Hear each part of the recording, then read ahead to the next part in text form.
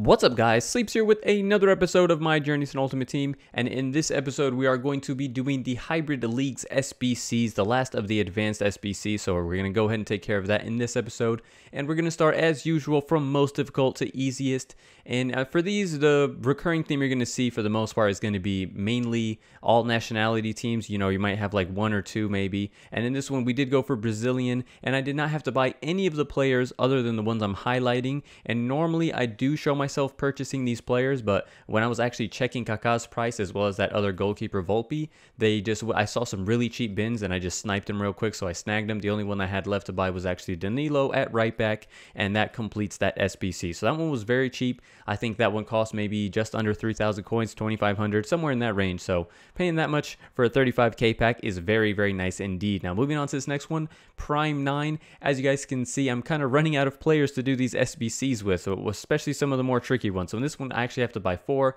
We went, obviously, as you guys can see, all Spanish. We're going to have to buy Bartra, that left back Grimaldo, David Villa, and Soldado. So basically what you're going to be wanting to be doing if you are handling these SBCs, this one in particular, you just want players that are from a common country and play in just strange leagues. Like I had an Australian league in there.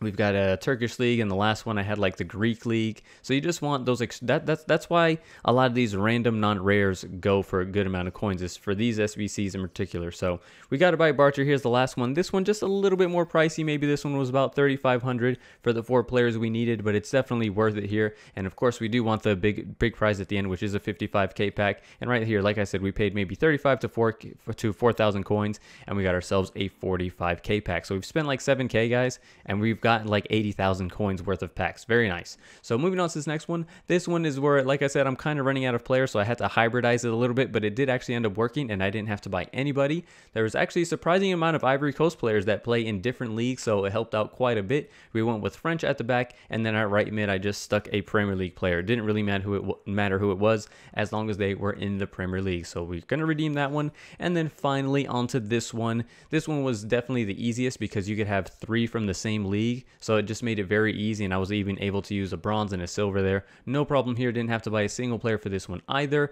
And with that, we are going to redeem our jumbo gold pack. So as usual, when I do these SBCs, I usually just go straight in and open them up right after, and that's exactly what I'm going to do. More importantly, we finally get the rare mega pack, so that's a 55k pack. Very nice indeed. We're going to start off with the jumbo gold pack, go from descending to ascending order as far as value goes. I'm not even sure how much a jumbo gold pack goes for, but I know it's not worth all that much, so I was very pleased that we actually got a billboard player, and nobody great. It is Keita, which for some reason I can't seem to stop packing this guy. This is actually the 3rd time I pack Keita, but that's all right. Out of a pack that only gives you, I think, 1 or 2 rares, to get him is very good. And we also got in there Bruno, which is an 84 overall, which is great for some of the SBCs that require high rating players. So that was a very, very good starting pack.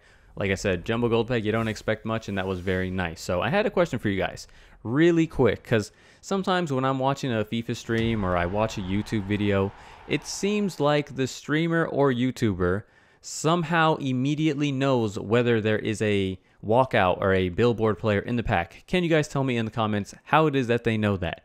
Anyway, back to the pack opening. We're opening the mega pack here, and this is where we actually get a very good player. Not only is it a billboard player, it's a Spanish player, it's a cam, he plays for City, it's the one and only David Silva. So we got our 2nd walkout now.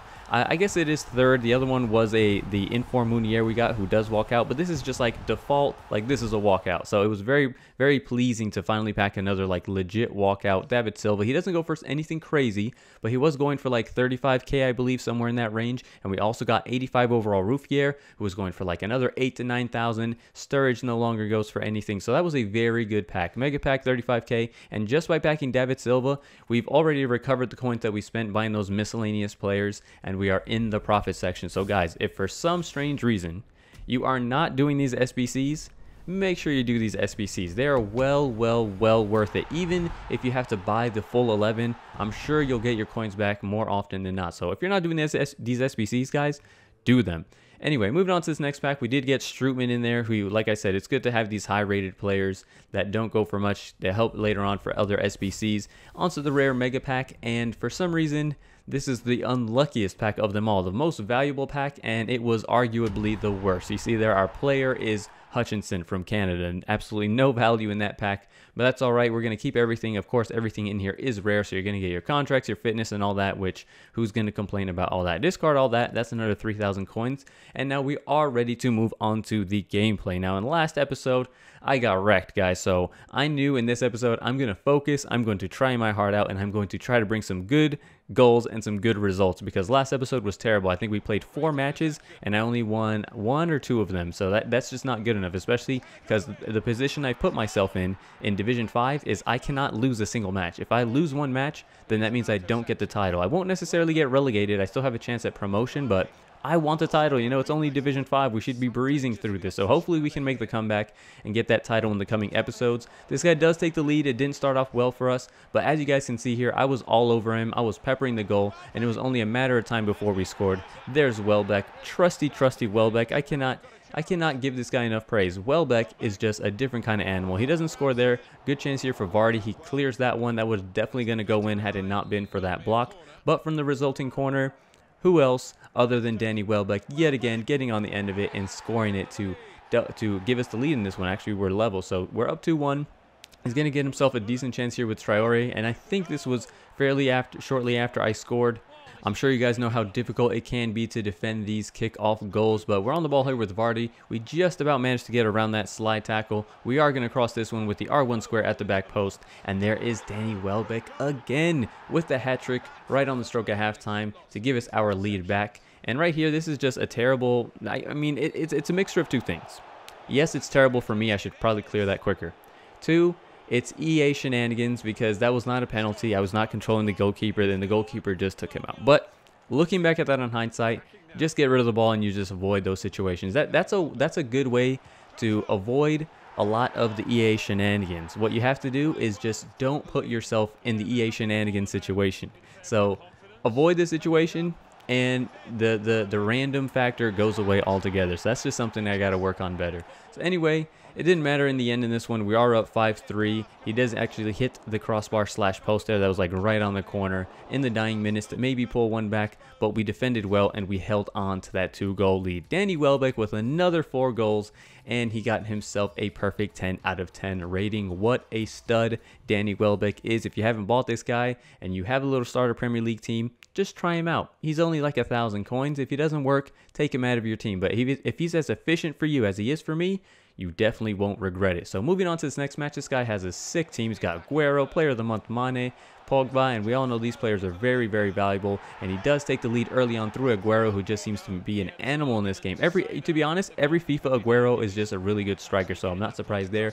But finally, we got ourselves the first goal with Hamsik. It only took him, I still want to say, about 3 games, but he is a CM, so let's not put too much pressure on the guy. He does give us the equalizer in this match right after he had scored against me. And right here, this is a great chance for Hamsik. Again, the keeper does come up with a save. And if I was peppering the goal in the last game, I was peppering this one even more. I mean, I was literally all over this guy, and it was just tough. Courtois was coming up big again and again and again, but I tried my best to keep my composure. I definitely learned my lesson from last episode, so I knew I just had to stick to the game plan, and eventually the goals would hopefully fly in, right? That's the logic. They will eventually fly in, right? Please. But what you see here, it's getting a bit frustrating. We're hitting post after post. The keeper's making saves, and then what happens? And this would break any man. After all that attack, he scores in the 73rd minute. Aguero yet again, but we're not giving up. If we had that much pressure, all it was going to take was a little bit of momentum, and the momentum started from the kickoff glitch. Let's just call it a glitch, guys. It's just much easier. It's the kickoff glitch. We scored pretty much straight after kickoff, and right here we hit the post yet again,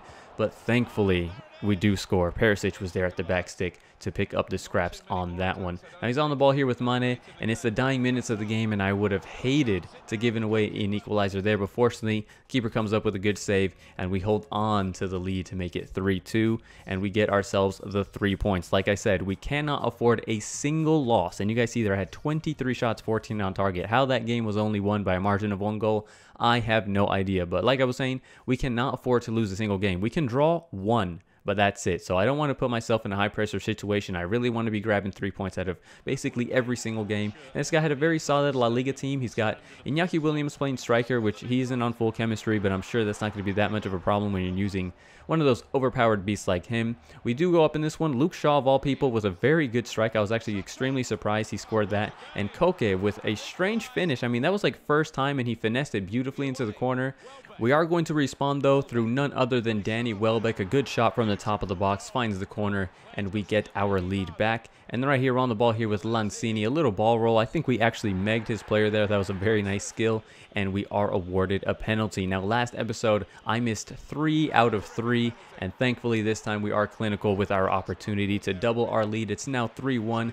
Danny Welbeck's on a hat trick. We play him clean in. There was a huge gap there. Great ball from Lanzini, and that one goes in off the post, giving Welbeck a third. So Welbeck is just killing it, and it seemed like he was just all over this guy in this one, because we are going to break through again with Welbeck. He is admittedly pressing a little high. That was a very simple goal to score. That was just a 1-2, and Danny Welbeck was in behind goal. And then after that, he was playing like equally reckless, and if I wanted to, I probably could have scored 10 goals against this guy. That's how ridiculous he was pressing all over the place. I could have just 1-2 and scored basically every time, but I didn't want to do all that.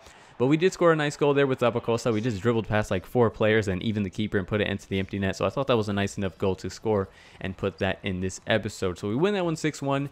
Danny Welbeck scores 4 goals in that one and as well in the previous game. So that was 8 goals in 2 games. Danny Welbeck is just something else. We also sold the contents of that pack, putting us back over 700,000 coins, so we're looking very good on that front. And I thought I'd include the stats because in that last game, with those 4 goals that Danny Welbeck scored, he actually cracked the 50-goal mark. You guys see he has 53 goals and 27 assists in his 35 matches.